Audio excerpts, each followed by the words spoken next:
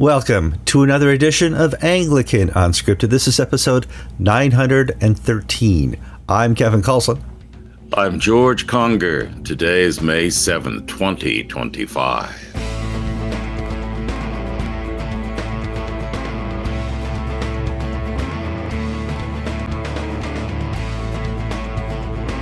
All right, thank you for joining us for another program of Anglican Unscripted, the Sistine Chapel edition.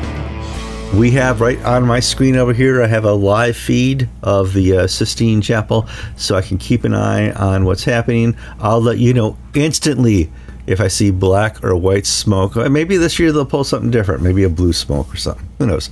So I got the feed there. I doubt something's going to happen. You know what, George? This is the first day. I don't think they've ever chosen a pope on the first day in my memory. Maybe they have. Well, they've been doing this since... 1059 is when they started electing them this way. Jeez, so we have been there for every single one. We did this for the election of the last ACNA presiding bishop, and we'll certainly be doing something to this effect when we have just the next Archbishop of Canterbury election. Oh, so that's not really an election, is it? That's kind of a coronation. By the way, we picked a guy. We picked a guy. They may not say we picked a guy next time. We'll see what happens there.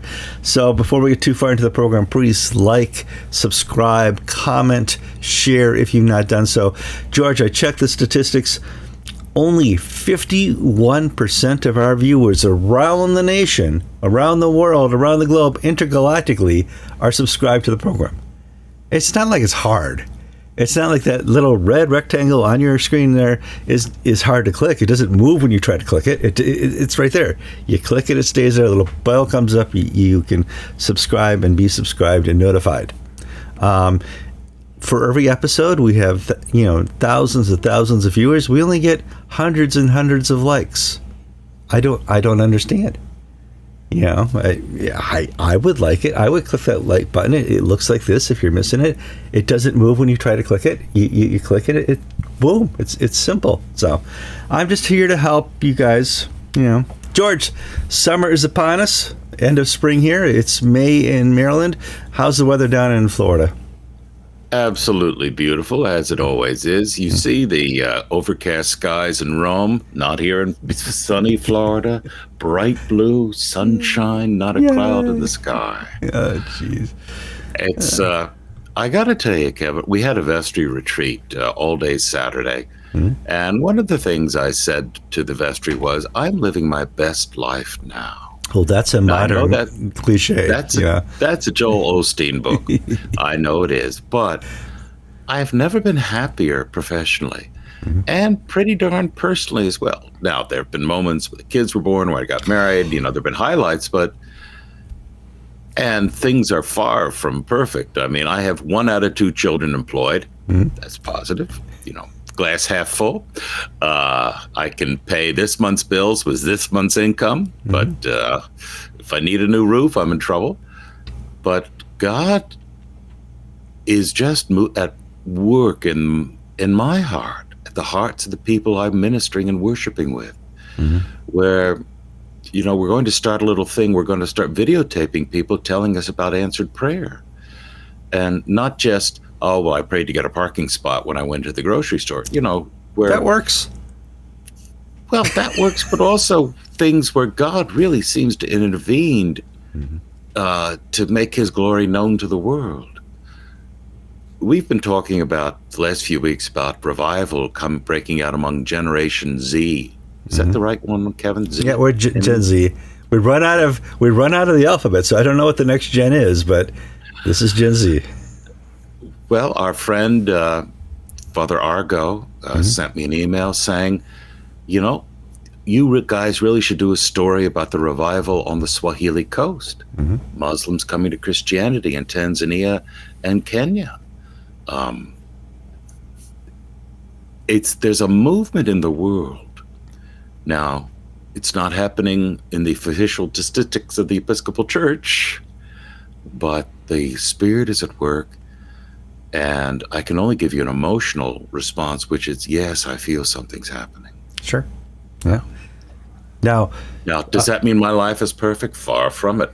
I spent an hour on the phone trying to get Xfinity hooked up for my daughter in Seattle. You would think that, transferring from one apartment to another would be simple. No, they needed a blood sample. Yeah. And DNA, Soviet relations. Yeah, okay. Yeah. It is impossible. Now, some people have been asking, Kevin, why are you still in Maryland? I thought Sasquatch was you and Jill traveling the face of America because you took the advantage of COVID and work remotely.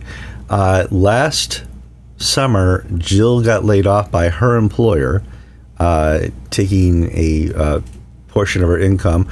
I am largely retired, living off some sustained income from the business I own. And so she says, Kevin, my dream job is to work for this certain entity in Maryland for a couple of years as I finish up my career. Can we do that? I, being the wonderful, loving, caring, trophy husband that I am, said, sure. Okay. Did she tell you then that if she tells you about her job, she'll have to kill you? Okay, it is a very top secret job. She works for a government entity.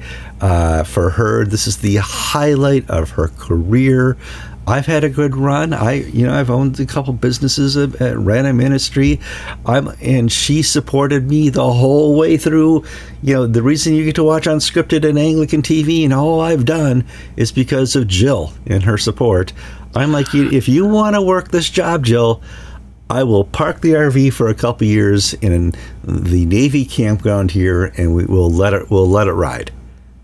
Okay. I thought you've been practicing living in an aluminum tube because you're going to be one of Elon Musk's first Mars colonizers. Oh gosh, I don't think that's going to work. My understanding of science and Elon Musk's understanding of science are just gone. So I'm going to be here in Sasquatch for basically 40 weeks a year at this particular campground as Jill works at the Navy base near here. Do we have to kill our viewers now that you mentioned that she's working at a Navy base in Southern Maryland? That's fine.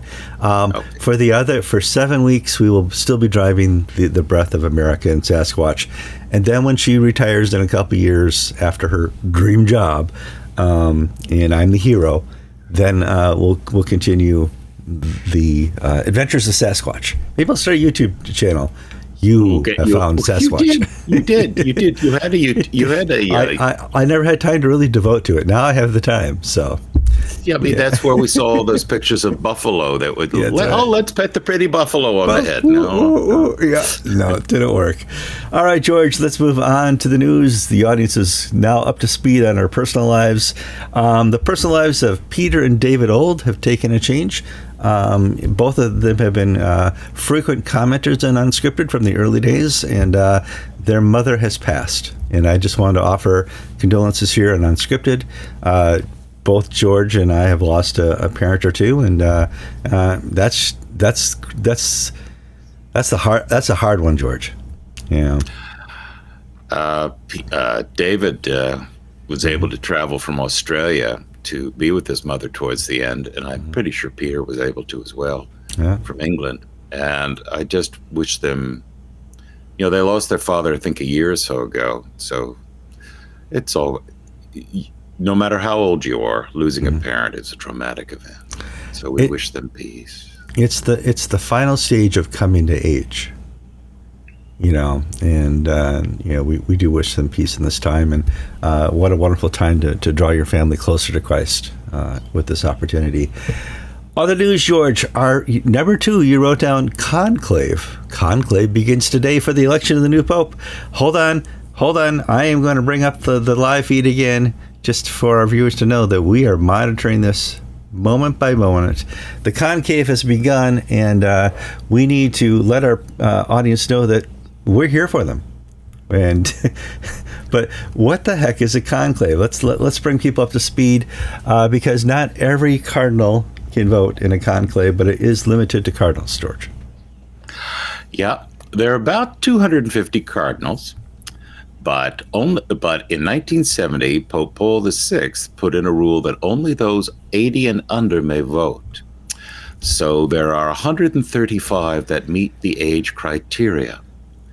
So there are 135 attending, except 2 are sick, and 1 has been suspended after his conviction on hokey pokey stuff financials. Hokey pokey. All right. So they meet in the Sistine Chapel, and Kevin, that's the roof that you have on the video there. Mm-hmm. And what do they do in the Sistine Chapel? They play. Well, okay, so basically on the first day, they have their first vote. And they have 1 vote on the first day, just to get a general feeling for it. Hey, what do you guys think? You know, Cardinal Harold over there, he's 75. He's the perfect age to bring in this. If you guys don't all vote for them, we'll continue next week. But we could be out of here early. Today is we could be out of here early vote. After today, they do 2 votes in the morning and 2 in the afternoon the rest of the week, or until they choose another pope. Yeah, and they choose another pope by a 2/3 majority.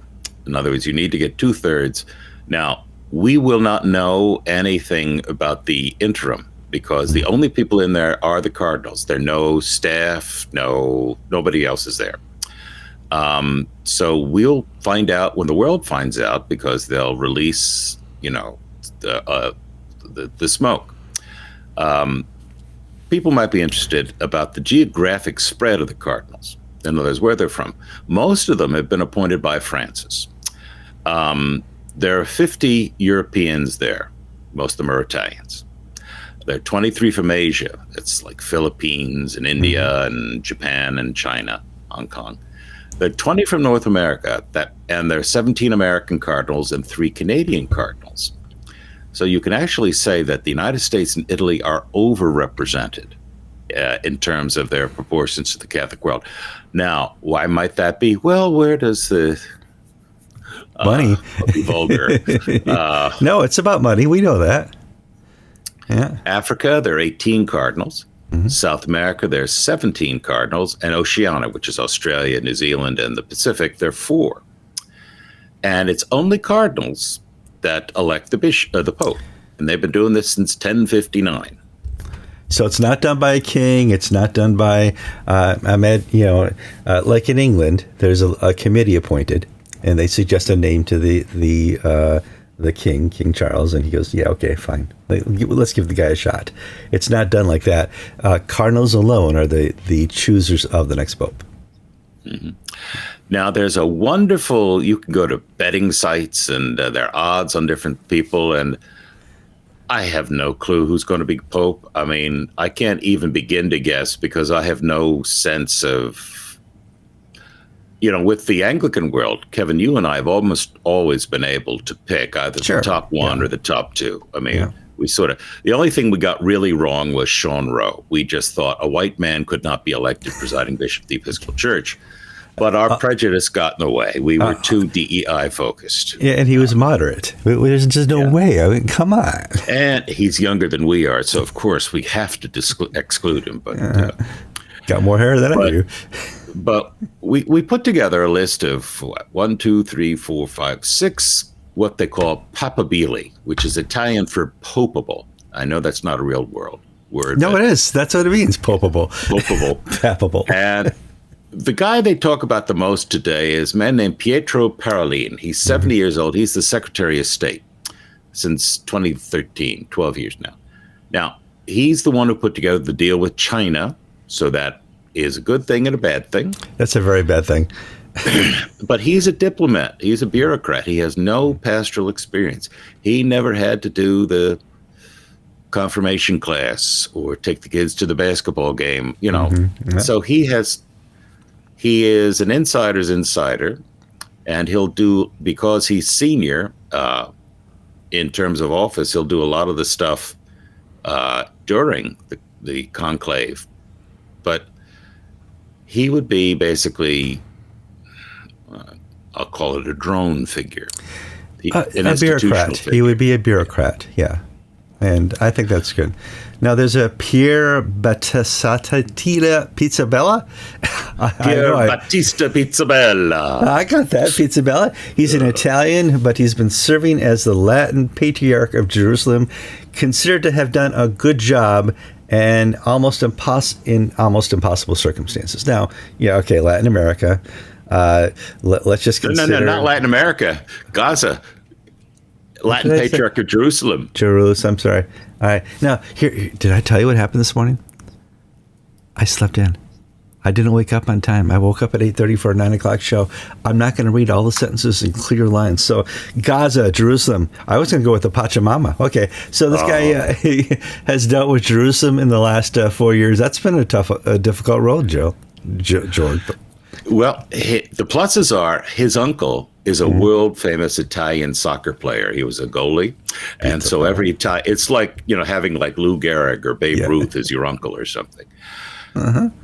He has done a good job where, in a terrible situation where the Arabs feel he's on their side and the Israelis don't hate him. So being able to walk that line is a good one. However, he's only 60, which means he could be there for 30 years. And that is against you. And he's also a bit of a charismatic figure in the sense that he's fun to listen to, fun to talk to. So he would be the best TV pope, if you will. Pizzabella. Now, what would he change his name to? Pope Mozzarella. Marcos, Geno's, Pope Domino the first. Yes, you go. All right. Who's after that? The Asian, Luis Tegel. He is a liberal Filipino cardinal, and he runs the Vatican's Department of Evangelization. He's in Rome. He's not a very good administrator compared to some of the others. He's not as good as Pietro Parolin, and he is also a Francis, I don't want to say clone, but everything Francis likes, he likes too. Okay. So the current trajectory of Francis is found in Tegel. Now, this is a press favorite because he's a liberal and he's Asian. He's 67, so he's not too young, not too old. And so this would be a natural select. So, this would fit the DEI sort of criteria, an Asian. This would fit the political criteria of Francis man. But do the Cardinals want more of the same, or do they want a new face, new direction? Would this be the first Asian? Yeah. Okay. Yeah. Everybody's, Francis was the first South American, but he was a pure Italian extraction. Both of his parents were Italian. So that's okay. He had the DNA for it. Huh. Now we have another Italian, Matteo Zuppi. He's the Archbishop of Bologna and head of the Italian bishops. He is really into peacemaking. He's part of this Saint Edigio movement of conflict resolution with the marginalized and the disabled and sexual and political and social and minorities and whatnot. Did you say Justin Welby? No, Matteo Zuppi. Okay, Matteo Zuppi. He's 69. So he's not a Francis clone, but in the Francis tradition. And then the next one, he's not Italian, he's Maltese, which might as well be Italian. Yeah, it does. Mario Grech, he's 68. Now, he is like a lot of Republican senators. He was elected as a conservative, but when he moved to Washington, he got educated.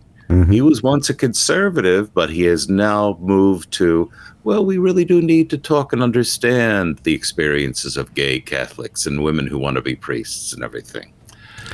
And the last one here is Fridolin Basungu. Fridolin Basungu. Okay. He is the Archbishop of Kinshasa, head of the church in the Congo. He has stood up to the Congolese government, so he has sort of a Tutu type reputation. And he is very conservative. There are two other African cardinals, Peter Turkson and Robert Serra, who are older than he is. Fridolin is 65. So he is very conservative on personal minority and sexuality issues. He's a Franciscan Capuchin monk. he would be the conservatives' dream, if you will, an articulate African who doesn't have the baggage of Turkson and Sarah, who have fought the Vatican battles pushing the conservative agenda. Now, that, and then there are names that are thrown out, like Donald Trump says that Cardinal O'Connor in New York should be it, or Donald Trump's not going to run for a third term because he's going to be Pope instead. But well, you didn't put down Cardinal Sarah. I thought for sure he would be in the running. It's yeah, I'm sure he is. But if I look at I have to say I cheated.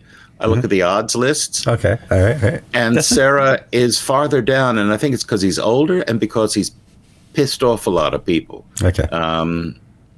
That's fair. I mean, part of becoming Pope is having no enemies by the time it's time to have a vote for you.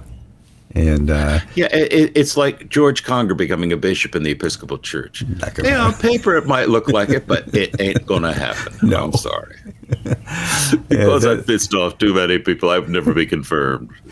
No, I would never be elected, let alone confirmed. But no. There you go.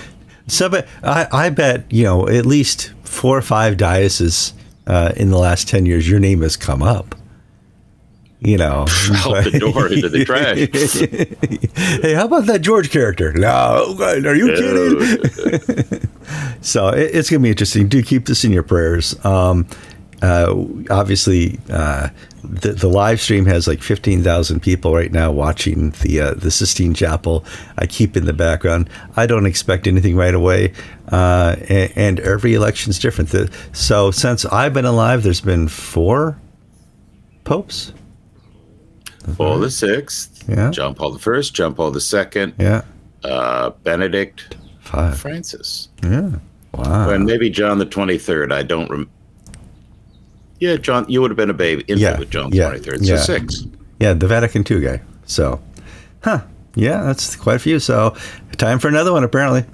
Let's move on to some more news. The U.S. Supreme Court to decide if the government can fund a religious school. It's happening out in what state we got? Oklahoma? Oklahoma. There it is. Yeah. Where the government wants to fund the church. Yeah. Well, okay. That's not the musical. But, one of the biggest tasks we have is obviously interpreting the role of the forefathers of our U.S. government, the Constitution, and where the church stands in all this. There's a kind of an establishment clause. And if you're liberal, there's a separation of church and state.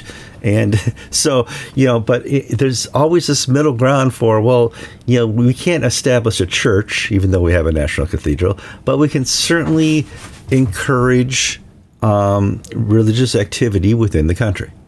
And where does the government draw that line? The state here wants to be able to fund religious schools with tax dollars. And that's a big step, but we haven't seen this yet in recent memory. Yeah, the Oklahoma legislature and the governor have passed a bill to fund what is called St. Isidore of Seville, which is be a virtual K-12 school run by the Roman Catholic Archdiocese of Oklahoma City.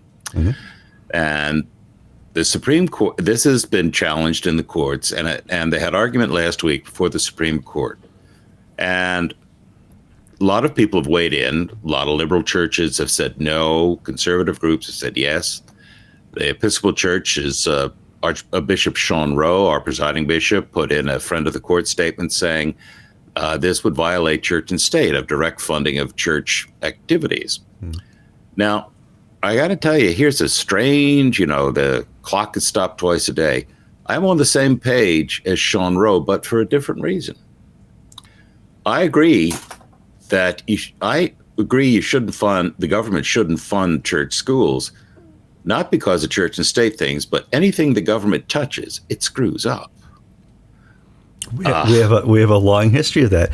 You go back to the 1980s, late 1970s, there were religious hospitals who lost their federal funding because they would not do what, George? Abortions. That's weird. I thought there was a separation between church and state. Well, what if in 10 years' time we have a President Gavin Newsom, and he says, I'm getting chest just pain. like what President. Wow. What if President Trump saying to Maine, no government money if you have transgender men competing in women's sports? Mm-hmm. What if we have a government, President Newsom in 10 years, who says no government money unless you require mandatory pro-gay, pro-transgender, pro-stuff? So I think that the government money is a poison pill. It always comes with things. I would rather have vouchers. In other words, fund the students, not the schools. So say to a parent, okay, you've got a child. We'll give you a government voucher of $6,000, which you can use to pay tuition at a private school, a public school, a church school, whatever. So instead, and the money is directed by the parents. Now, I'm prejudiced. My children were in church or religious schools up to high school. They went to the public school in our county for high school.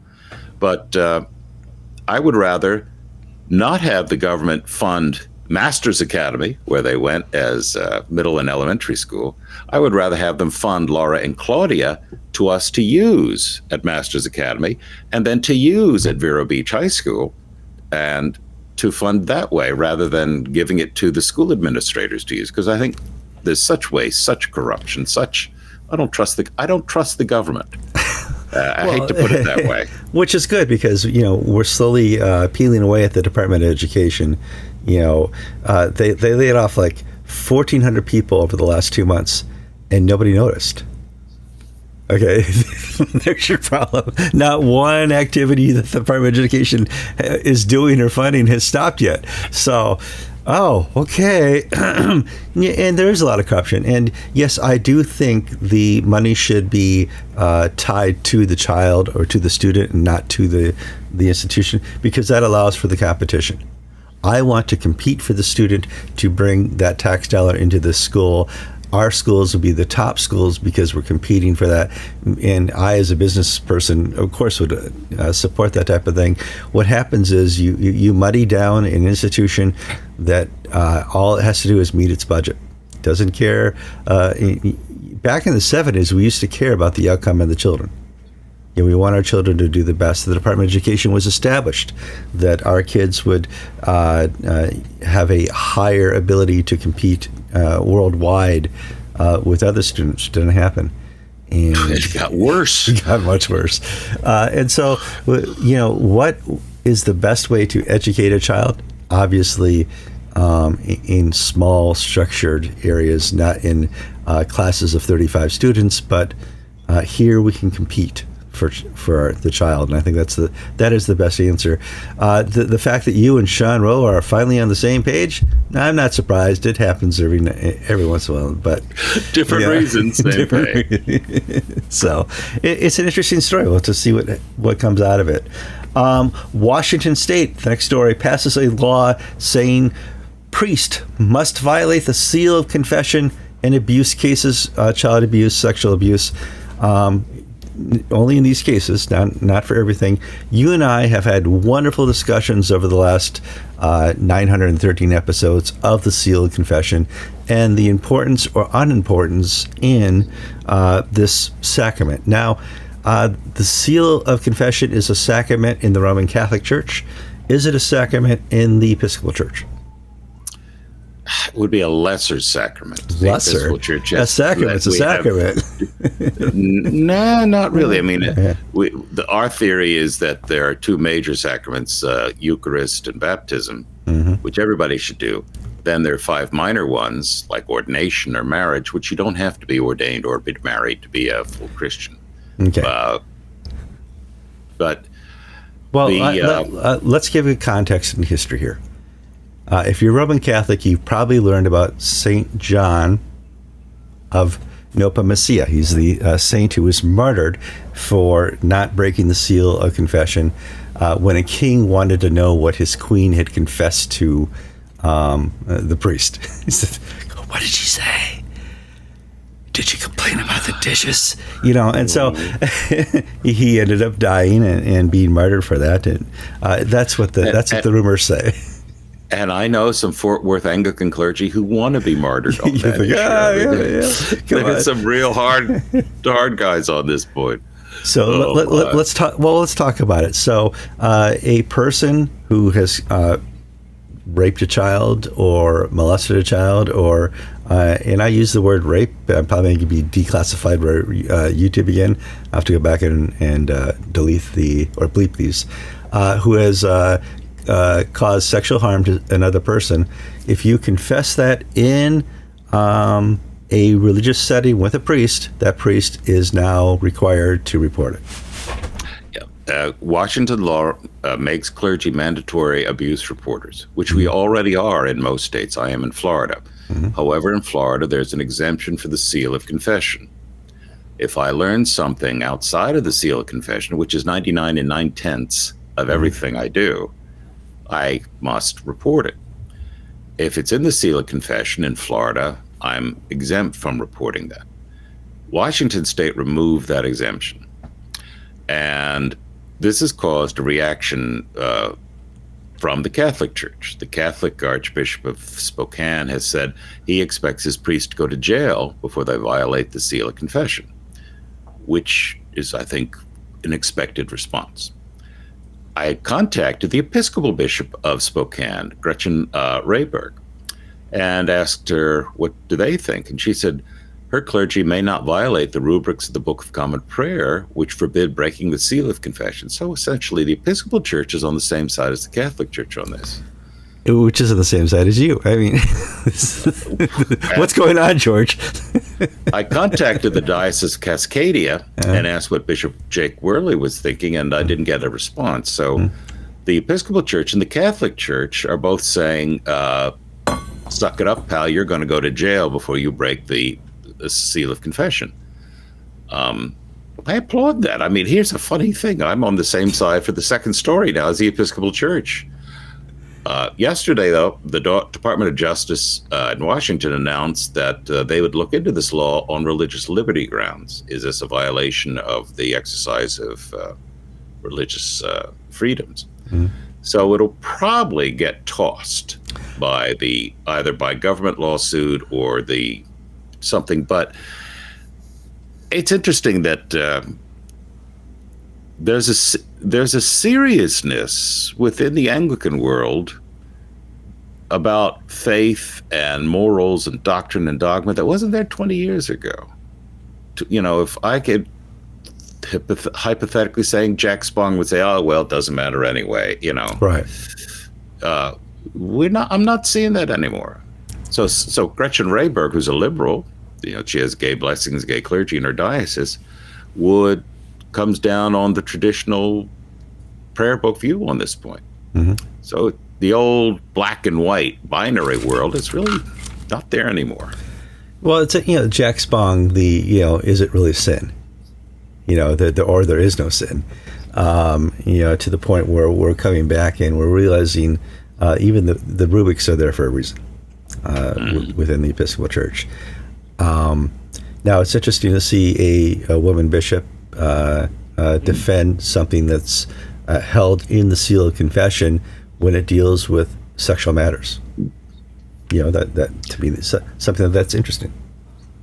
And I'm no doubt that there will be commentators who will say, well, she can't be a priest, let alone a bishop, because what the Bible says about what the qualifications of a bishop are, so she's being hypocritical.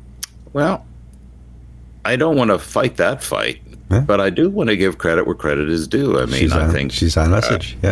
She's on message, and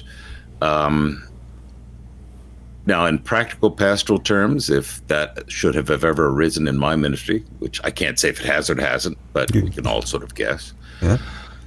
You don't give absolution in such a case until a person does go to the police and confess, or to child services. So, I mean, there are ways to implement justice without violating the seal of confessional, because the seal of confessional isn't just, I can't tell you, is I'll even know if such a conversation took place.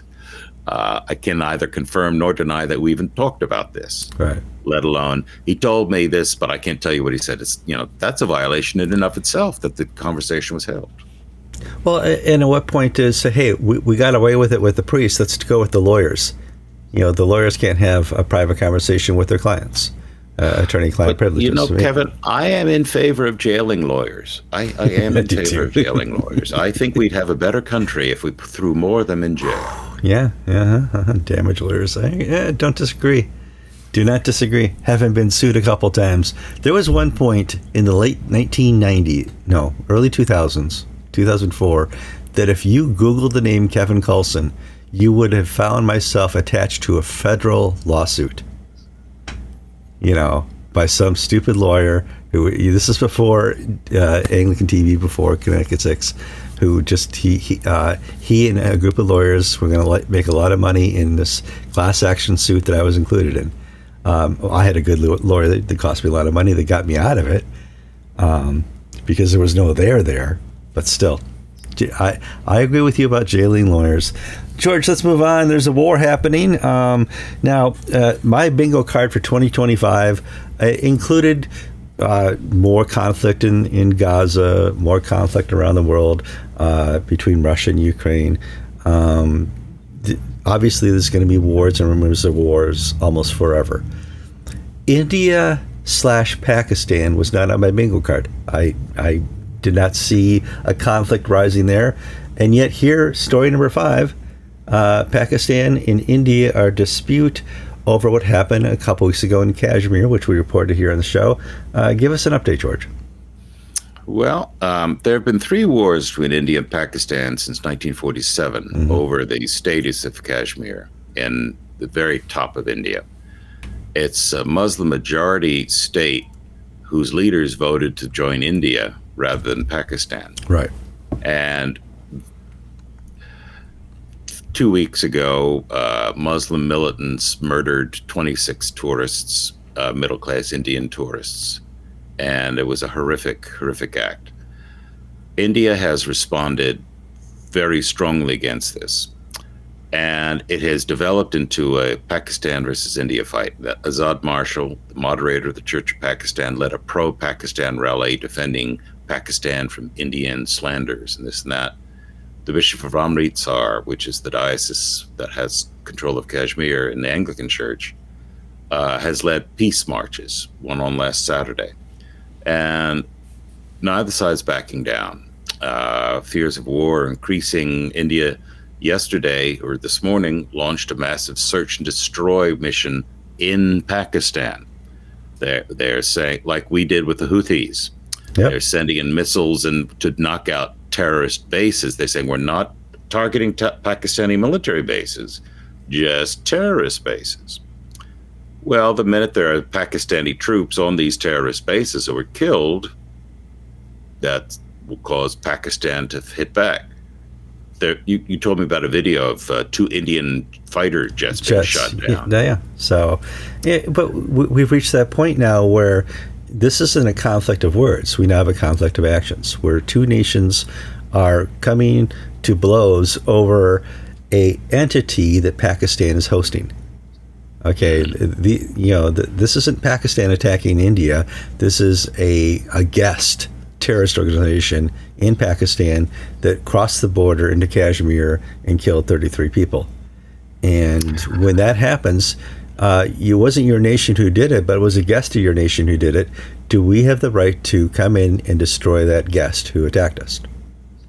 It would be like if we sent the Green Berets, special forces, into northern Mexico to take out some of the cartel bases. President Trump has talked about doing that. And it's caused shock, horror, and dismay in some quarters. And yeah, we need 100,000 Americans a year, 75,000 are dying from fentanyl poisoning. If we take out these bases and kill these guys, that saves, we're losing as many people as we lost in Vietnam due to the drug crisis. So I don't know which way this is going to go. Hopefully wiser heads will prevail. But Pakistan and India have almost no trade. It's not like U.S. and Mexico or U.S. and Canada where we have arguments, but the financial consequences of being unpleasant are worse than the issues. Pakistan and India have no trade. They've always disliked each other. They've had 3 wars. This could get worse. And it just depends if China wants to jerk people around. China and Russia, for that matter, wanted to jerk. The outside, the puppet strings go pretty far for both India and Pakistan. The problem is they both their nuclear missiles are very old-fashioned. There's no modern nuclear missile program in either country, even though they both have them. And the dirty, they would call what we call the West dirty bombs. Yeah. So I don't know. It's a bad situation. We need to keep in our prayers. I think, sadly, we'll be reporting on this for a couple months. Hopefully not a couple of years like we do with Russia and Ukraine. Interesting, though. You have story number 6 here. German Catholic bishops publish guidelines for same-sex blessings. I've heard this story before, George. Here in the 70s, I think it was 77 was the first rumors I heard of the Episcopal Church saying, well, we have the ability as priests to bless the person and not the activity. And the German Roman Catholic bishops say we have the ability to bless the person and the couple without blessing the activity. George, let's talk about Germany. Yeah, there is not an Episcopal diocese in Germany, so we're not talking about Anglicans here. No. Surprise, surprise! In the interim of the death of Pope Francis, we have the Germans putting out a paper saying to the clergy, saying this is what we can do to bless same-sex couples. And we are, as you said, Kevin, blessing the people, not their behavior. This isn't a marriage. No. And this must not be done with other services. So you can't have Holy Communion, or you can't have this, then Holy Communion. You've got to take a 2-minute break between it. But this is the path the Episcopal Church and the Church of England is going down. The Episcopal Church went down. Of starting with, we're not blessing their actions, we're blessing the people. But the people are identifying their actions with themselves. So it's, how do you pull that out? So this, of course, is, if Fridolin Besugu of Congo, if he becomes Pope, I think one of the first letters he'll write to the Germans is say, knock it off.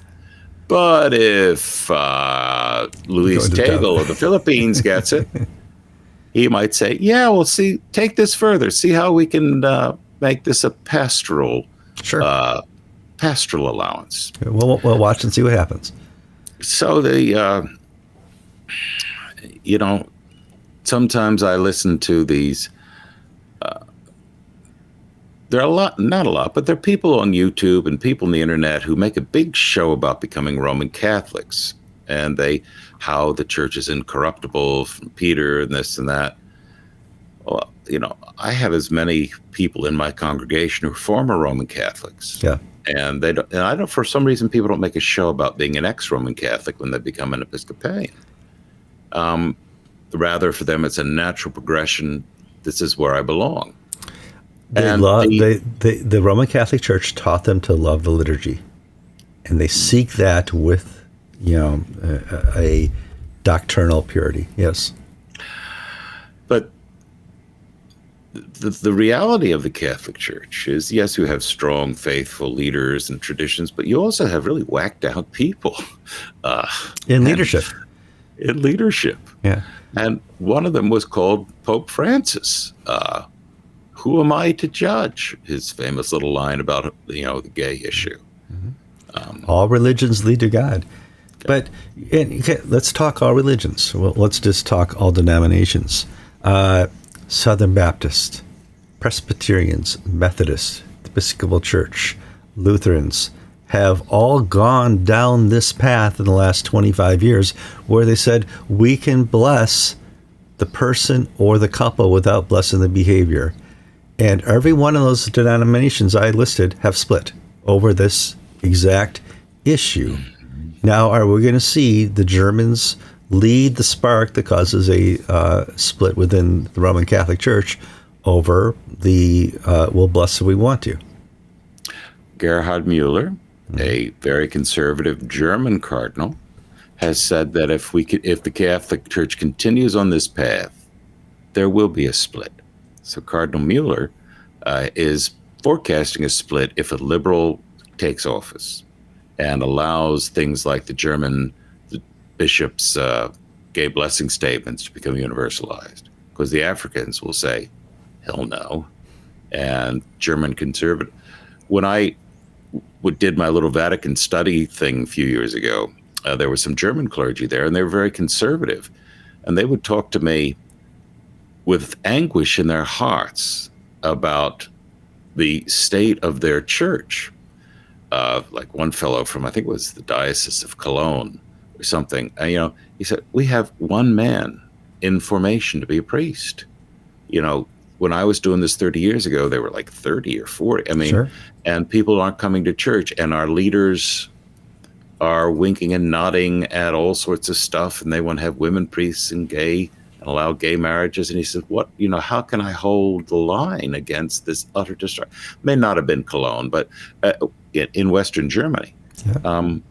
And in the back of my head is, friend, I have heard literally hundreds of Episcopal priests say this same thing too. Yeah, absolutely. And I'm now hearing it from German Catholic clergy who are conservative.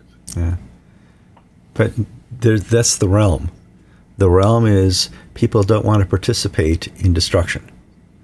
Okay, here in America, for the last 12 or 15 years, the Department of Defense, Army, Navy, Coast Guard, Marines, has not been able to meet their quota for new recruits.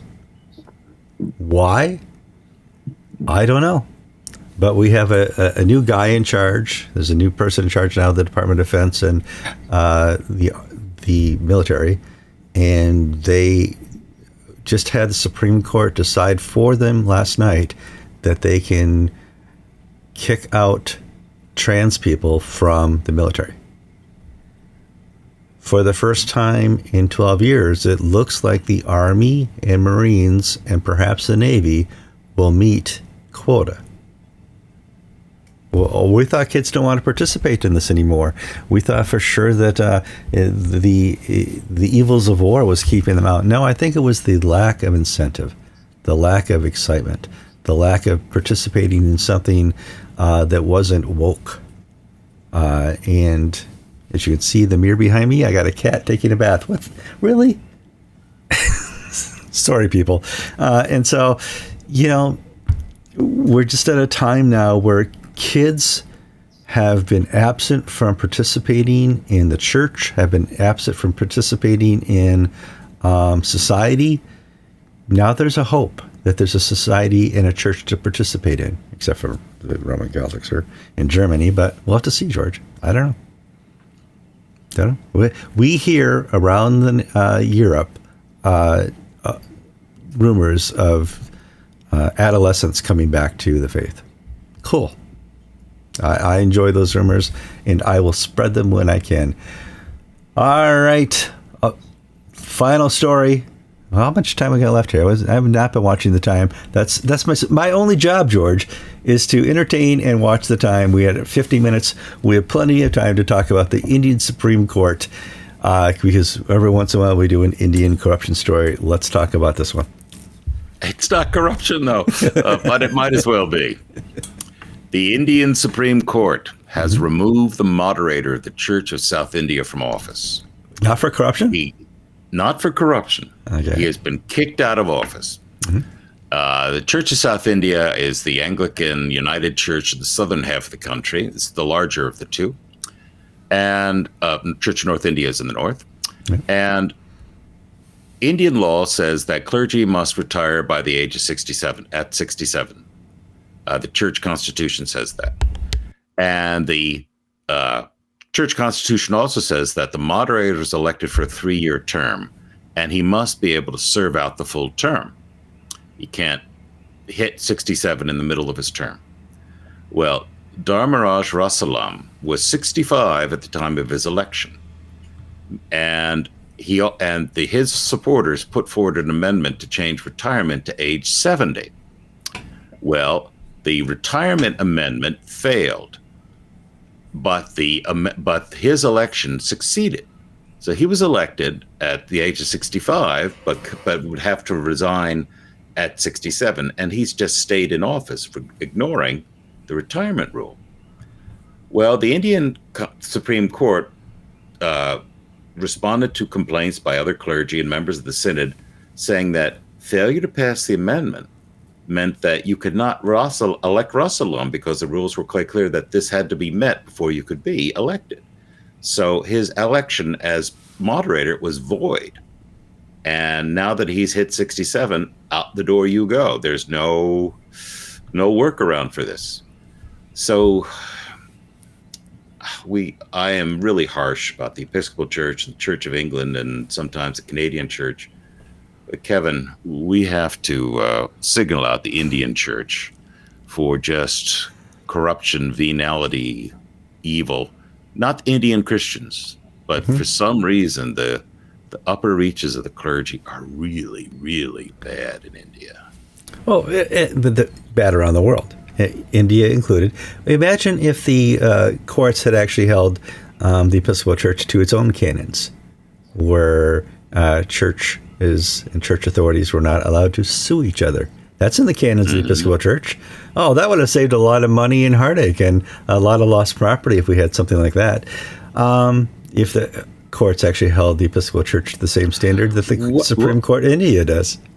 Well, the Indian Supreme Court basically went along the Fort Worth Court, Texas Supreme Court, which is that we do not defer to the church when things are simple, straightforward, black and white issues.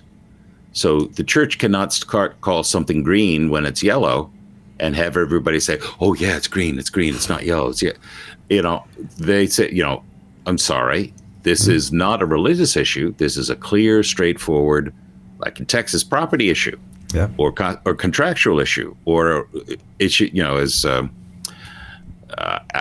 A.S. Haley, our one-time colleague, would say, this is a contractual, issue, not a theological issue. And India is the same way. Whereas the U.S. Supreme Court and the state courts and other things says, oh, well, whatever the Episcopal Church wants, it gets because we can't interfere. Yeah. Freedom of association, property law. I don't know. We went all through that episodes 250 to 550, long time ago, George. Those days of the church wars, I hope are over forever in the Anglican world. All right, I'm letting the audience off early. 55 minutes. You go home. You get on with your day. If you're in England, have tea. I do have an Indian corruption story. No, if you want to. Next week. Next week we'll talk about the trans laws they're passing in Colorado, and we'll talk about some other things. Maybe talk about the new Pope. Who knows? I'm Kevin Kallsen. And I'm George Conger, and you've been watching episode 913 of Anglican Unscripted.